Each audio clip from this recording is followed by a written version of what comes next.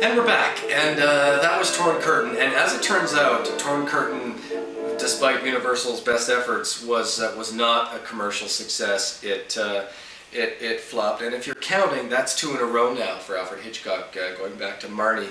And after that incredible success, going backwards with The Birds, with Psycho, with North by Northwest, this isn't good.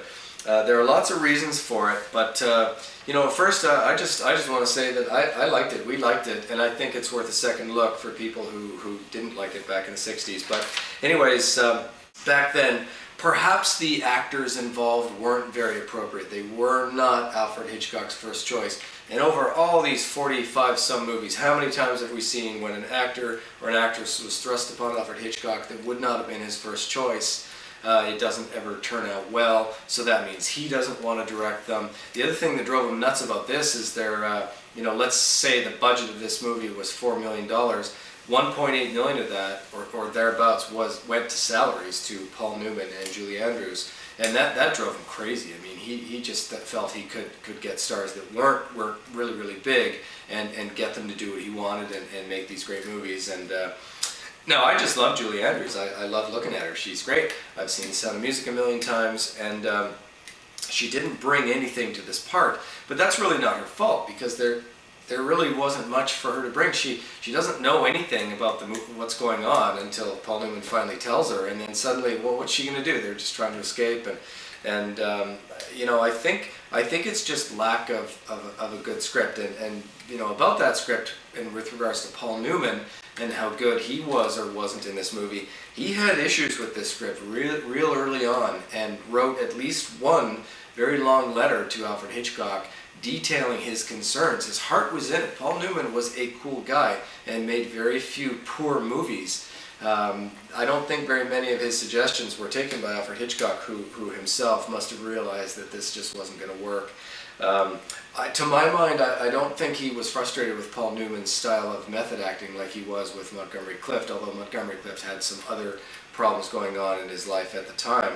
And if I'm not mistaken, it's Paul Newman who's quoted as saying he really could have hit it off with Hitch if it wasn't for this bad script, and that's just too bad. So I've read some reviews that said that he wasn't very believable as a physicist. Well, sure he was. I mean, he could have been a physicist. So anyways, that's this lethal combination when you've got the actors he doesn't want, the studio putting pressure on him, he's under a timeline, the script wasn't ready, they made changes in the last minute. We've seen this time and time again.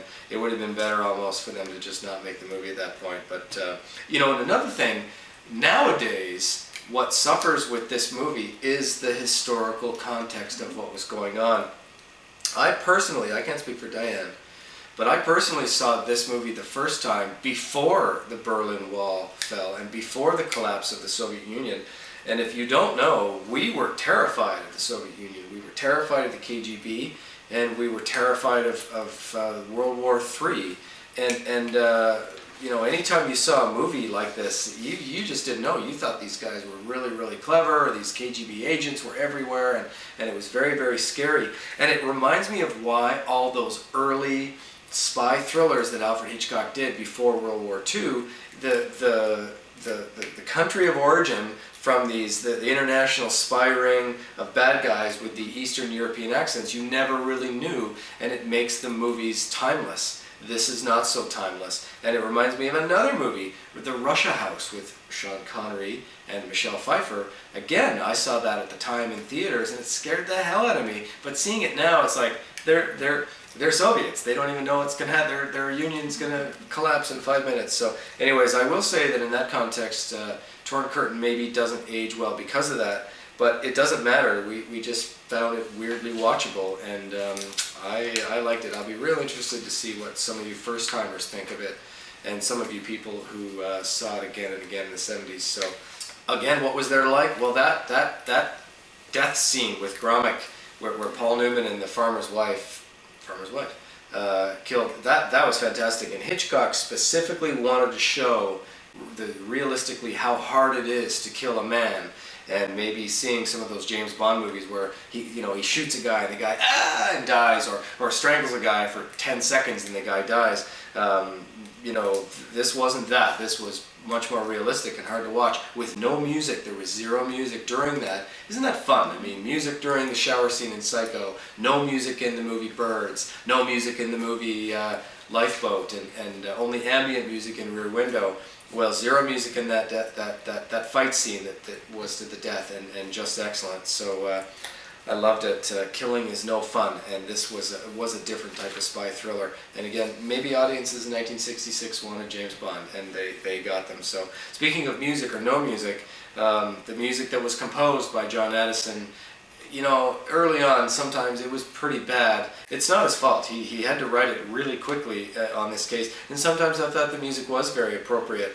You can, on the DVD, I've not done it yet, and I might, but you can actually watch some scenes or the whole movie, I don't even know, with the original Bernard Herrmann score, and I've read that it's really much better with it, and it just goes to remind us how important it was to have the Hitchcock Dream Team, the crisp editing of George Tomasini. And you know, even watching Torn Curtain, I could see moments where, you know, if there was better editing, if they could get this thing together, it's a long movie, it could have been a lot better. The cinematography wasn't bad, and the cinematographer who was on the case for Torn Curtain, whose name I forget, I'm looking it up, he worked with Alfred Hitchcock. This was the first movie he ever edited, but can't complain. And no more Bernard Herrmann, so goodbye Bernard Herrmann, we loved you. So I liked it. As I mentioned earlier, my parents saw it a million times in the 70s on TV, and if it's on, you know, in the next little bit, I'll watch the end of it. I liked it. So I really liked the performance of the Polish lady at the end who needed a sponsor. The actress's name was Lila Kedrova. She actually died in Sault Ste. Marie, Ontario in the year 2000. That was wonderful. I mean, I just thought the scene was heartwarming, heartfelt. She was a little moonbeamy and goofy, but it was very, very good, and it reminded us the seriousness of certainly East Berlin, East Germany, and what was going on at the time. She, that actress, actually won the Best Supporting Actress Award in 1964 for Zorba the Greek, if you've seen that movie and you recognized her. So to me, lots to like. If you would have told me this was a huge hit in 1966, I would have said, sure. I don't know. You know, in 1966, the best picture was A Man for All Seasons. I cannot bring myself to watch it. I don't know if you've ever seen it. We've not seen it. But you know, the highest grossing picture in 1966 is a movie called Hawaii, starring Julie Andrews. So there you go, big star. So good. So we're done with Torn Curtain. It'll be real interesting to see what some comments are on it. And we look forward to Topaz. We're definitely winding down here, just 3 movies to go. So we look forward to Topaz for next week, and from our couch to yours, we will see you then.